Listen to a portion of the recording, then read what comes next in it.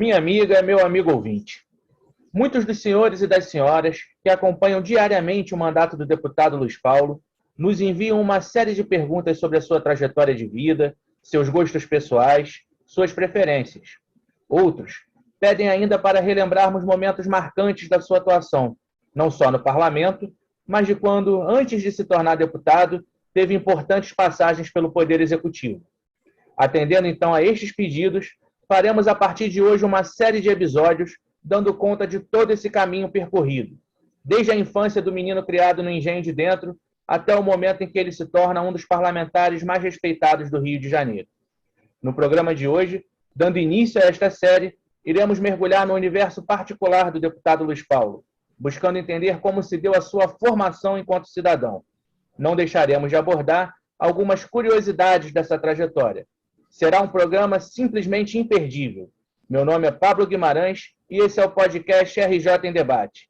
Sejam todos muito bem-vindos ao nosso bate-papo dessa semana.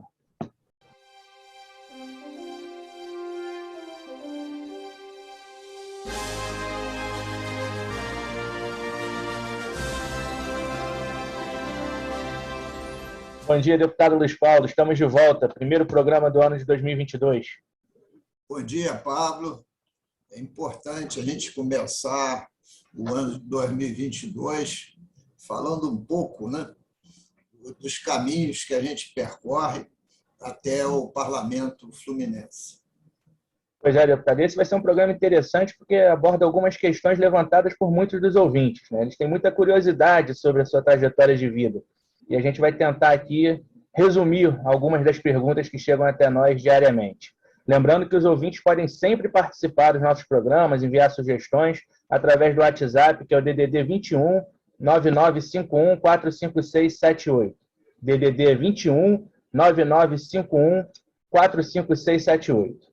Mas, deputado, para começar esse programa, conta um pouquinho para a gente seu início de vida, sua infância, onde o senhor nasceu, onde foi criado, como era sua família, enfim, fala um pouquinho do início da vida do menino do Luiz Paulo. Ô, Pablo, eu nasci no Hospital Nossa Senhora da Penha, no bairro de Cascadura, e me criei até aos 23 anos no bairro do Engenho de Dentro, lá na Chave de Ouro, um subúrbio importante da nossa cidade. Tive o prazer de estudar numa escola pública, onde fiz meu curso primário, a Escola Rio Grande do Sul, lá na Rua Adolfo Bergamini, esquina da Rua Ana Leonídia, está lá até hoje. Se vão muitos e muitos anos. E a minha vida no Engenho de Dentro foi muito interessante, porque sou de uma família grande, sou o irmão do meio, são cinco irmãos, 4 homens e uma mulher. E a vida no Engenho de Dentro era uma vida muito comunitária, e a gente conseguia aliar o estudo, porque tínhamos noção desse caminho, que era fundamental que a gente estudasse, mas também com todas as brincadeiras de rua da época, jogar futebol, soltar pipa, rodar peão, jogar bola de gude, as brincadeiras também coletivas, de pique, carniça, esconde, enfim, tudo aquilo que está no nosso folclore de diversões coletivas de rua, nós estávamos presentes. E isso fez com que a gente se preparasse um pouco para a vida que se iniciava. Mas o que caracterizou muito essa minha infância foi, primeiro, ser uma criança, uma adolescente que se socializou muito rápido, não só na escola, mas também no bairro, de forma comunitária, nas brincadeiras e nas atividades todas coletivas. Produzíamos um jornalzinho também de rua, rodado em mimeógrafo, que ninguém mais sabe o que é, né? Para fazer notícias, brincadeiras, né? E também, naquela época, já líamos muito, né? Porque quando chovia, Paulo, ou você ia ler algum livro, ou você ia ler os famosos gibis, né? Porque aí não tinha brincadeiras de rua, ou você estudar, ou ler um livro mais sério, ou você ia ler os gibis. Isso na atividade que a gente chamava de curso primário, né? Depois, quando você chega ao curso ginasial, dá o passo seguinte, aí já passa a ter-se uma iniciação literária, né? Porque a escola determina que você leia alguns livros para depois resumir, né? Muito cedo, eu li essa de Queiroz, A Cidade e as Serras. Foi o primeiro livro obrigatório de leitura. O Cortiço, de Aloysio de Azevedo, né? E por aí vai. Tínhamos uma professora de português boa, rigorosa, né? Mas isso também abriu um pouco a minha cabeça para que eu gostasse da leitura, né? E me encantasse com os mais diversos autores. Quando eu dou o passo seguinte e vou fazer o curso técnico, né? Quer seja o curso técnico de estradas na Escola Técnica Nacional, quer seja à noite o curso de técnico de contabilidade na Escola do Rio Grande do Sul, a gente passava a frequentar biblioteca para pegar o livro emprestado. Na Rua 13 de Maio, no centro, tinha uma biblioteca do Instituto Nacional do Livro. E essa biblioteca deixava que a gente levasse um livro emprestado para casa e ficava uns 15 dias. Aí tomei contato também com a literatura russa, a gente lia Dostoiévski.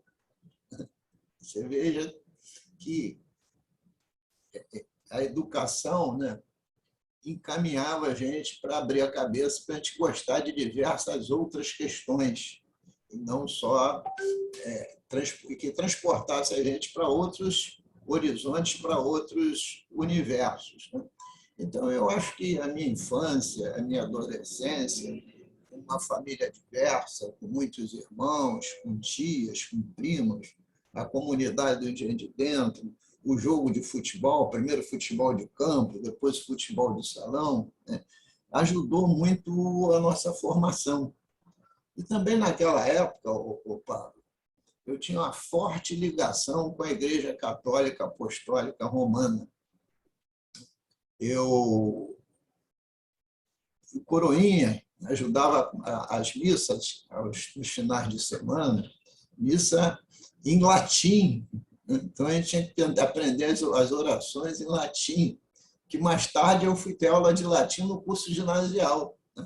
As pessoas não sabem, mas no curso ginasial, à época, tinha, além da nossa querida língua portuguesa, você tinha latim, francês e inglês, né? Eram muitas disciplinas que você estudava a essa época. Mas essa minha prática do catolicismo também me ajudou a formar meu caráter, meus princípios éticos e morais, né? Então, eu tenho assim, uma lembrança sempre muito positiva, né, da minha infância e da adolescência.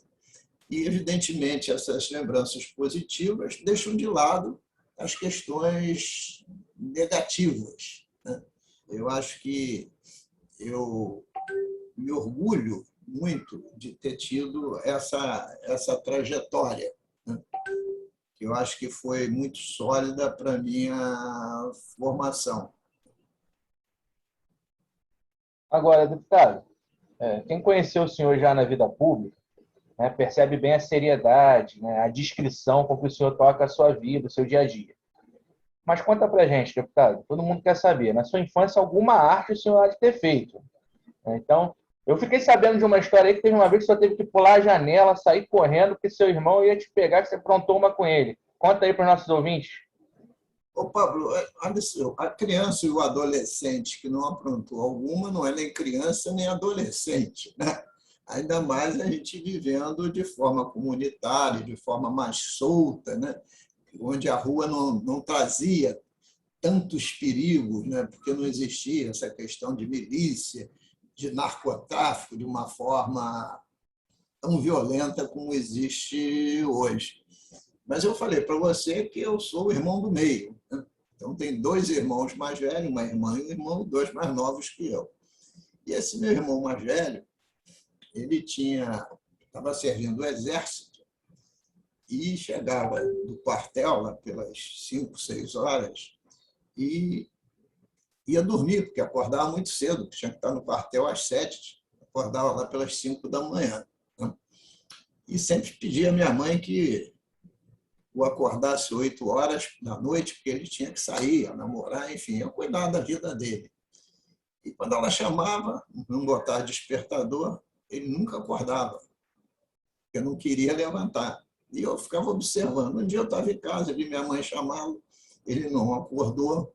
Eu fui na cozinha, peguei uma panela, enchi de água e joguei a panela d'água na cabeça dele. Evidentemente que ele acordou e saiu correndo atrás de mim, mas eu, naquela época, eu era muito ágil. Eu morava num apartamento térreo. Eu pulei a janela de um lance só e ganhei velocidade na rua e ele parou, né? Senão eu ia tomar muito cascudo, como se dizia na época. Mas isso é um episódio sem muita importância, mas a gente aprontou muito também, né? É da criança e do adolescente, né? Exatamente fazer com que outras pessoas, outros colegas, etc., etc., você implique, faça alguma brincadeira, né? Isso faz parte um pouco das nossas histórias que vão ficando no tempo e a gente vai esquecendo tudo. Muito bom, deputado. O senhor é engenheiro civil, né, deputado? Especialista em estradas, mobilidade urbana. Qual foi o momento que o senhor percebeu essa vocação profissional? O Pablo, olha só, eu sou um homem de 76 anos, né? Então, eu estou falando aqui de 62 anos atrás, né? Naquela época, a gente não fazia teste vocacional, muito menos no engenho de dentro, né? Você procurava estudar e procurava a escola onde você pudesse fazer a prova de seleção para ingressar, né? E eu acabei o curso ginasial e eu tinha que estudar de graça. A minha família era humilde, não tinha dinheiro para pagar a escola privada. E aí eu verifiquei que havia na rua um amigo meu, chamava Paulo, que ia fazer concurso para a Escola Técnica Nacional. E eu, conversando com ele, eu digo, olha, eu vou fazer esse concurso junto contigo. Vou fazer o curso técnico. Agora, curso técnico de quê? Aí perguntei a ele. Ele falou, eu vou fazer de eletrotécnica. Bom, o curso técnico de eletrotécnica é o que exatamente? Ele me deu a explicação, porque ele já era aluno da escola técnica, fazia lá o chamava o ginásio na escola técnica, chamava-se curso industrial. Ele falou, eu falei para ele, eu não sei se eu gosto disso, mas, enfim, eu vou fazer a mesma opção que você. E escolhi o curso de eletrotécnica. E fizemos lá aquela bateria de provas imensas, todas provas discursivas. Nessa época não havia prova de múltipla escolha. Português, matemática, física, desenho, enfim. Um concurso bem organizado, como sempre foi da escola técnica. Mas chegou na hora do resultado, não tinha resultado parcial, resultado final. Ele passou e eu não. Mas como eu comentava as provas com ele, ele falou assim, Paulo, esquisito. Você comentou comigo, você saiu melhor do que eu. Eu passei e você não. Por que você não pede revisão da disciplina que você acha que se saiu melhor e a nota foi menor? Tá bem, então eu pedi revisão, podia pedir revisão de uma prova. Pedi revisão da prova de matemática. Pedi revisão da prova de matemática. E aí o professor lá pegou a prova da revisão. Quando abriu a segunda página, que tinham 3 questões, ela estava colada na primeira, não foi corrigida. Não é que tivesse certo, mas não foi corrigido. Aí ele corrigiu na hora e as 3 questões que tinha naquela página estavam corretas, eu tinha acertado. Então, minha nota foi lá para cima em matemática.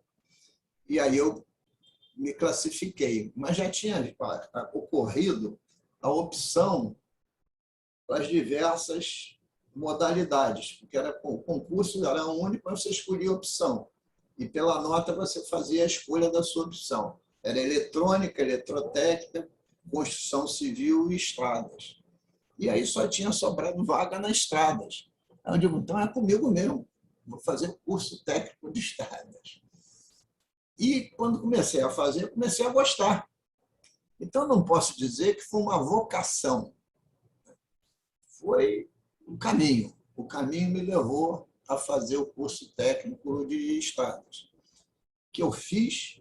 Tive a oportunidade de fazer estágios em outros estados da nossa federação, em ferrovia, em rodovia.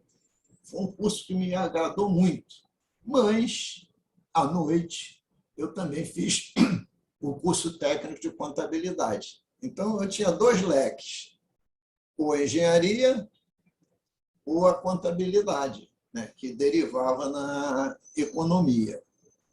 E quando eu acabei os 2 cursos, eu decidi que eu queria ir para a faculdade.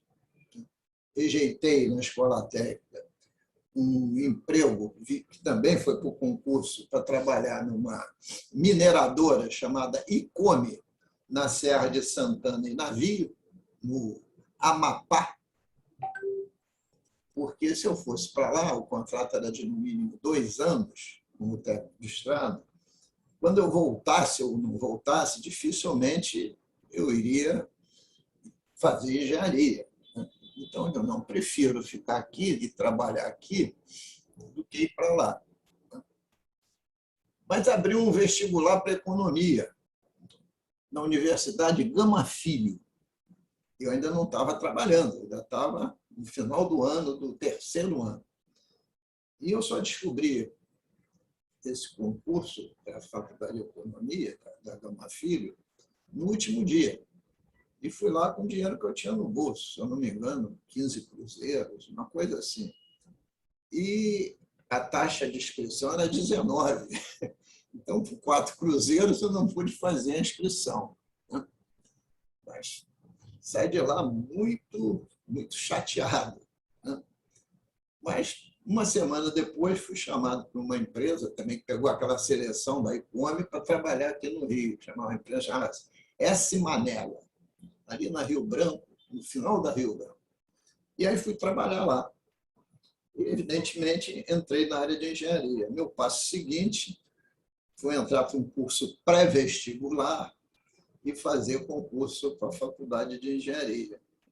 Mas, como eu sempre fui meio múltiplo, não fiz só para a faculdade de engenharia. Fiz para a faculdade de engenharia e fiz para a faculdade de física. Ambos eram Escola Nacional de Engenharia e Escola Nacional de Física. E passei para ambos. Aí tive que escolher novamente, ou engenharia ou física. E aí voltei a escolher a engenharia. Então, minhas escolhas foram sempre em cima do caminho. Por isso que eu disse que eu andei por muitos caminhos. Mas tem um fato curioso na minha vida. Quando eu tinha mais ou menos uns 30 anos, já era engenheiro formado, final do governo Chagas Freitas, a política dominava o Estado à base do clientelismo. Clientelismo, onde os deputados indicavam as obras, tinham seus currais eleitorais. Foi um período muito ruim o final do governo Chagas.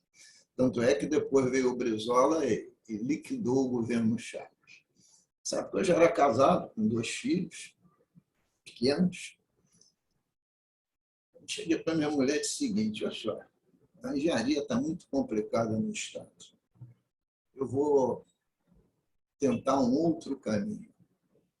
Vou fazer vestibular para medicina para o 2º semestre, para a faculdade paga, para não estar concorrendo com os meninos, né? E vou jogar 6 meses na loteria esportiva, no segundo semestre. Se eu ganhar, eu vou fazer medicina, vou ser um médico clínico, já ganhei na loteria esportiva, vou fazer parte dessa minha medicina clínica, conveniado com o laboratório, para fazer um pouco também de medicina gratuita, etc, etc. Olha que sabia muito pouco de química orgânica e de biologia. Muito pouco.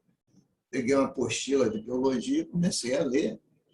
De química orgânica eu nem me atrevi, eu contava que eu conseguiria acertar algumas coisas interessantes na química inorgânica e fiz o vestibular para medicina. Passei e fiz a matrícula. Só que tem que eu não ganhei na loteria esportiva. Continuei engenheiro. Então, a vida vai nos apresentando, na medida que você vai estudando, ela vai nos apresentando algumas alternativas. Né? E com essas alternativas você vai escolhendo. E eu gosto muito dessa área da engenharia pública ligada às estradas, à construção civil, pontes, viadutos. Né?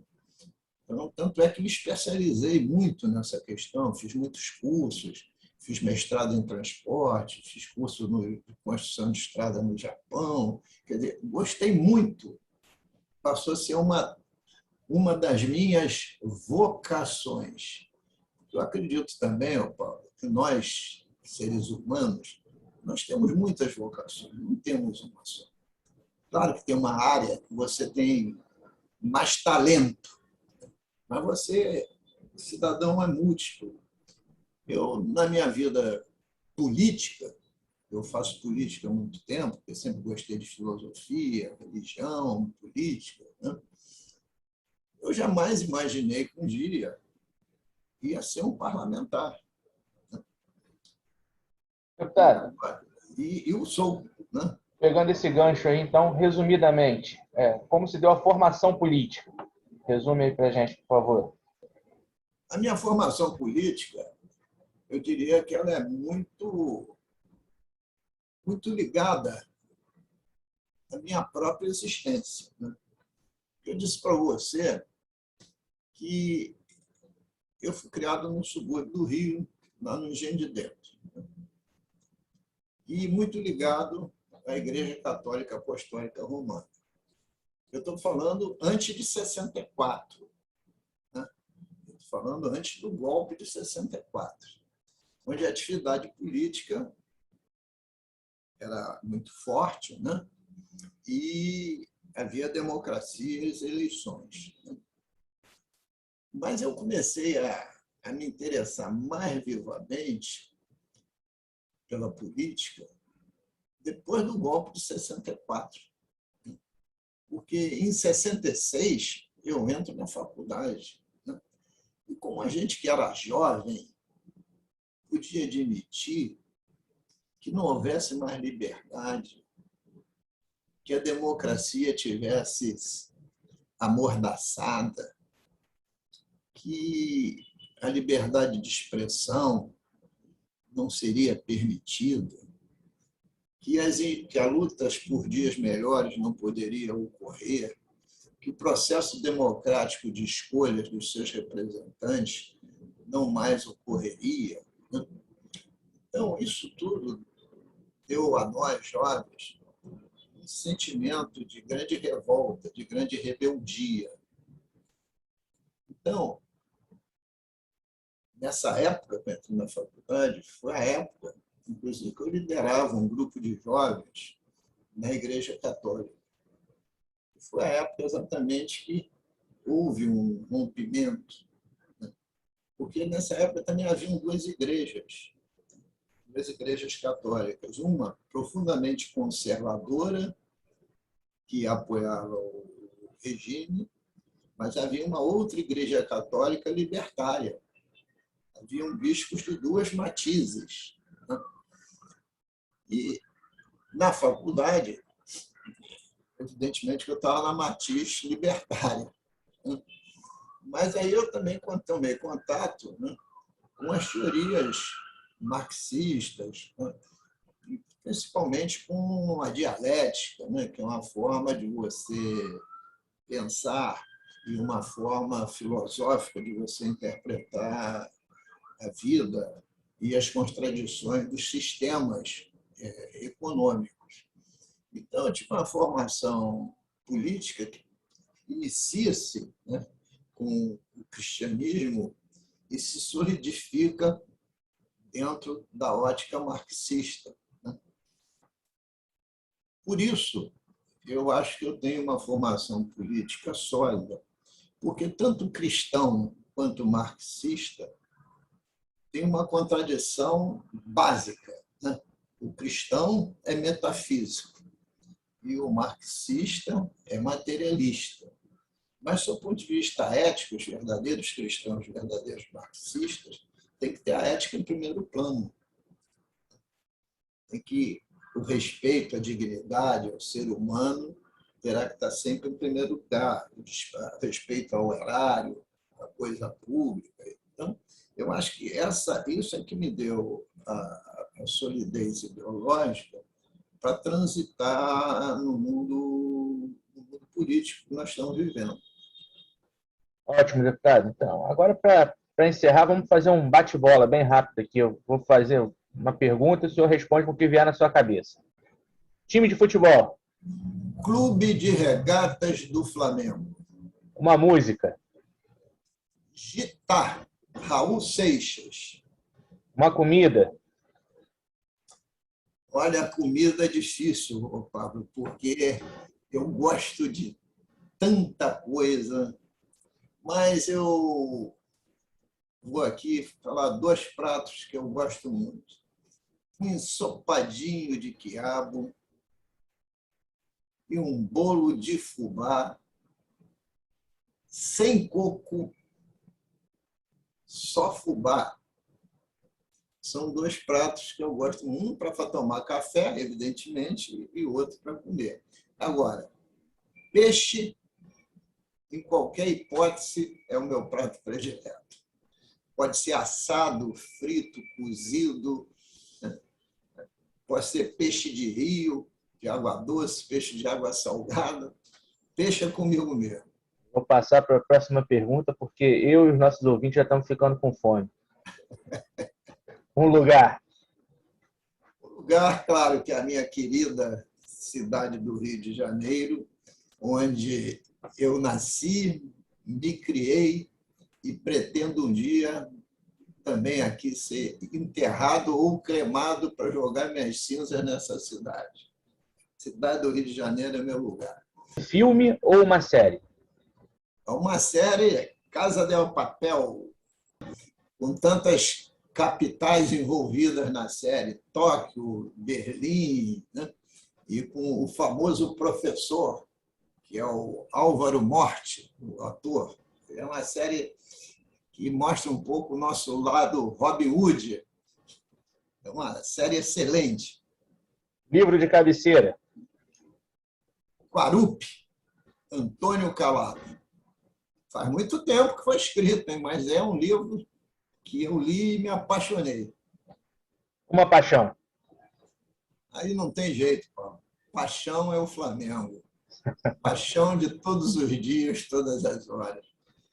Para um flamenguista, essa pergunta tem sempre a mesma resposta. A paixão é a nação. Um desejo de curto prazo e um desejo de longo prazo. Desejo de curto prazo é que a gente melhore rapidamente a nossa economia. O povo não está mais suportando inflações de 11%, PIB muito pequeno, desemprego e deteriorização da qualidade de vida. Curto prazo é melhorar a economia. E longo prazo?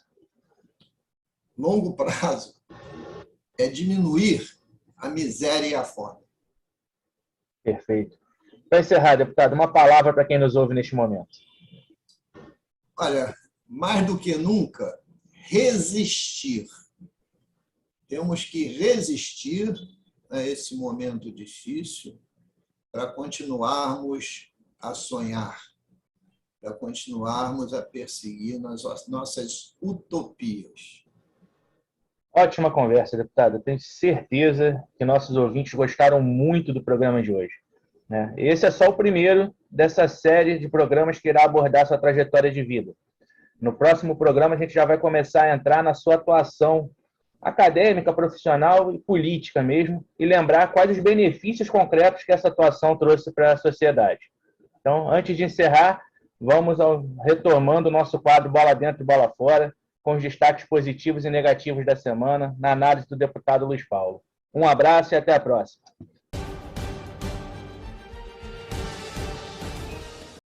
A bola fora de hoje vai para todos aqueles que ainda insistem em serem contra as vacinas. Exatamente nesse momento que se inicia o calendário de vacinação das crianças de 5 a 11 anos. 2021 provou que a vacinação é ainda a saída para o momento que vivemos, inclusive e principalmente em relação à variante Ômicron. Então, a bola fora de hoje é para todos aqueles que criam empecilhos, fazem fake news e não desejam a vacinação, principalmente de nossas crianças de 5 a 11 anos.